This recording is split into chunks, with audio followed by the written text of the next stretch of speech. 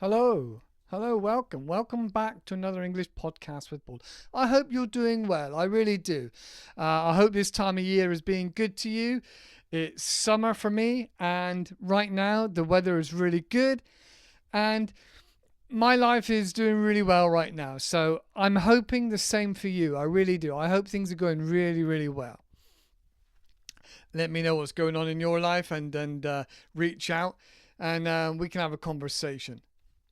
Anyway, so as you can see by the thumbnail and the title of the video, this week is about interesting names. So the most often I hear is David Attenborough. Is often a difficult name to say for many people. So I'll break it down for you. David Attenborough, as in a district or a borough of a neighborhood borough. David Attenborough. We just say it quicker. If you struggle, say it, break it down into parts, and then say it quickly. David Attenborough. Okay, but just on first names, I've got a few first names, and then some places that you may have heard of in the UK, and then just some difficult words that we native speakers often struggle with. All right, but stick around for the word of the day at the end. All right, so Sean. A few different ways of spelling that. Sean and Shane.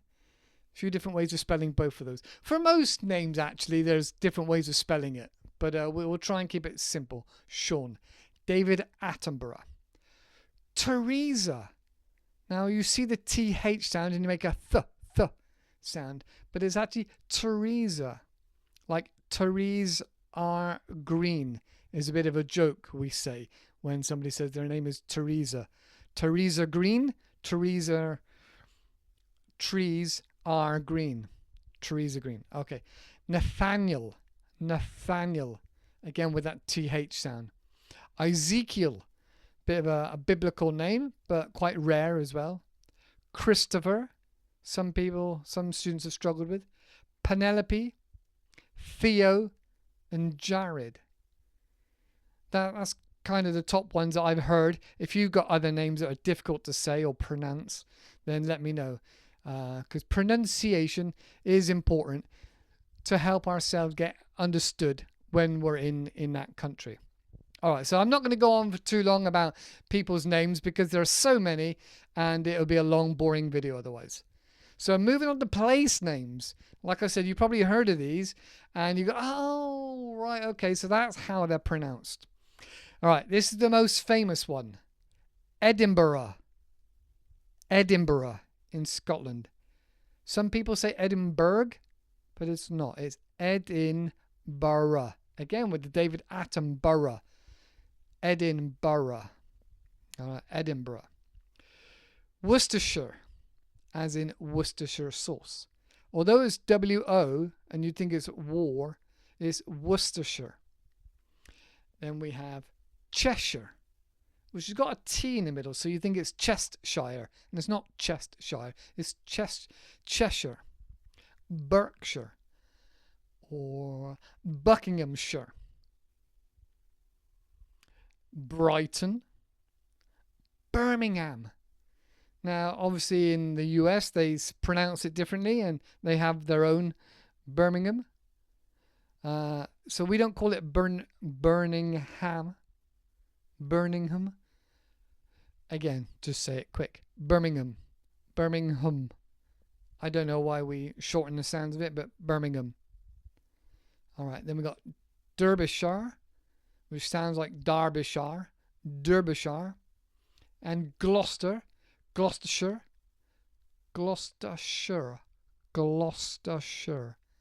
Lancashire. All right, if you got some favorites, put them down in the comments and I'll try my best to make another video with some new words in it. All right, so now just quickly the difficult words that us locals say have struggles with and difficulties with. So millennium. So many people struggle with that word. They go millennium and millennium.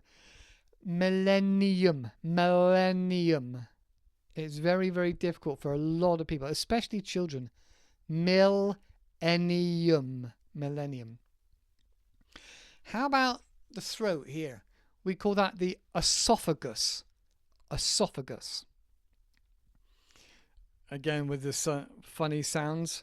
What about the musical instrument with the wooden little bars like a piano that you bang with the little tiny hammers? We call that a glockenspiel. Now I don't know if that's a German word or a Nordic word, but glockenspiel. And I think the same thing but with metal. It's called a xylophone. Xylophone. Character. Oh, he's got an interesting character, isn't he? You might mean that he's a bit of a difficult person or a bit of an excitable person, but you say, oh, he's a character, isn't he? And then that's sort of taken from when maybe somebody does a picture, but it's not a real exact liking of you. It's a caricature. A caricature where they exaggerate some of your facial features. A caricature. Caricature. Okay. What about when I was younger? I struggled with the name author.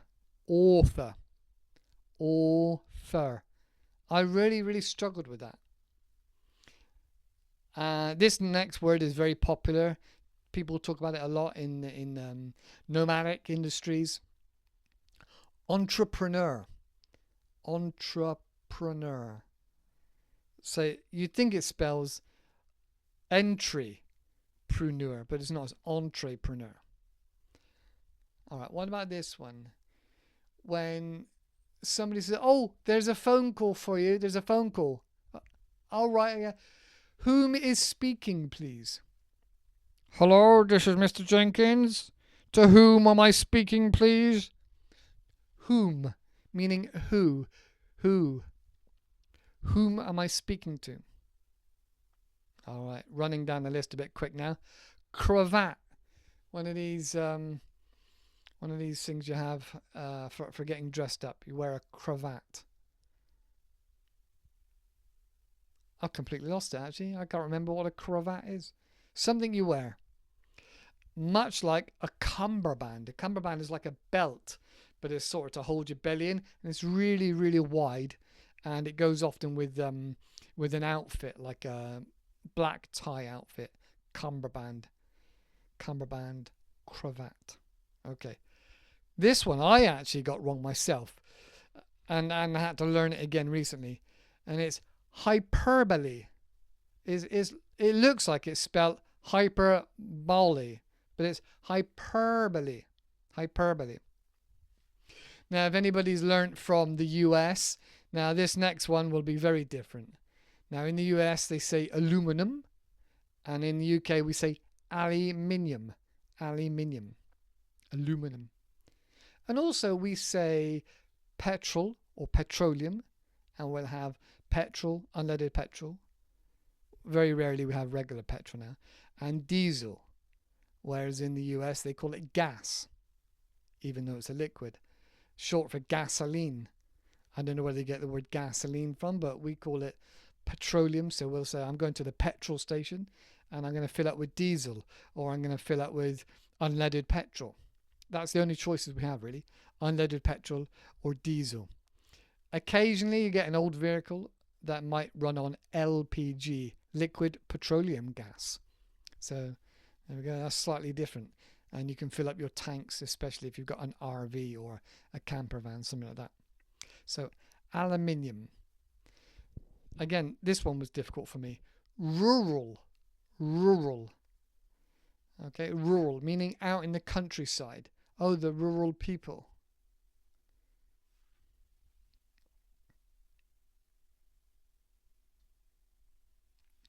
A couple of things popped up on my phone. I put it in plane mode. Rural. That's the epitome of mobile phones, eh? Epitome. Epitome. That's a difficult one to pronounce. Epitome. Kind of ironic. Ironic. Although it's not really much of a phenomenon. Everybody gets this word wrong. Phenomenon. an absolute crazy phenomenon. Phenomenon? Nom-a-nom-a-nom. Do-do-do-do-do. All right. February. February. February. February. Like library. February. February. Literally. Chef and chief. Chief, the boss. Chef, sometimes also the boss. Chef and chief. Sometimes you can mix it up with mischief. Do some mischief. What's the last one I got there? Sixth. Sixth. He come not in fifth place. He come in sixth place. Sixth place. Okay. 1, 2, 3, 4, 5, 6. Sixth place. All right. That's it. That's just nice and short and sweet. But like I said, I don't want to make it long and boring. So if you give me some words that you really want to hear, that you want to know about, let me know. And the word of the day is predicated. It's predicated on your training. It's predicated on something else. All right, that's it for me today.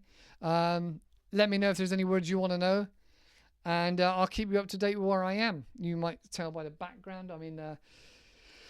I'm in house sitting, dog sitting again at the same place. And I'll let you know what happens next and see where I am next time. Okay, that's it for now. Thank you very much. Speak to you soon. Bye-bye for now.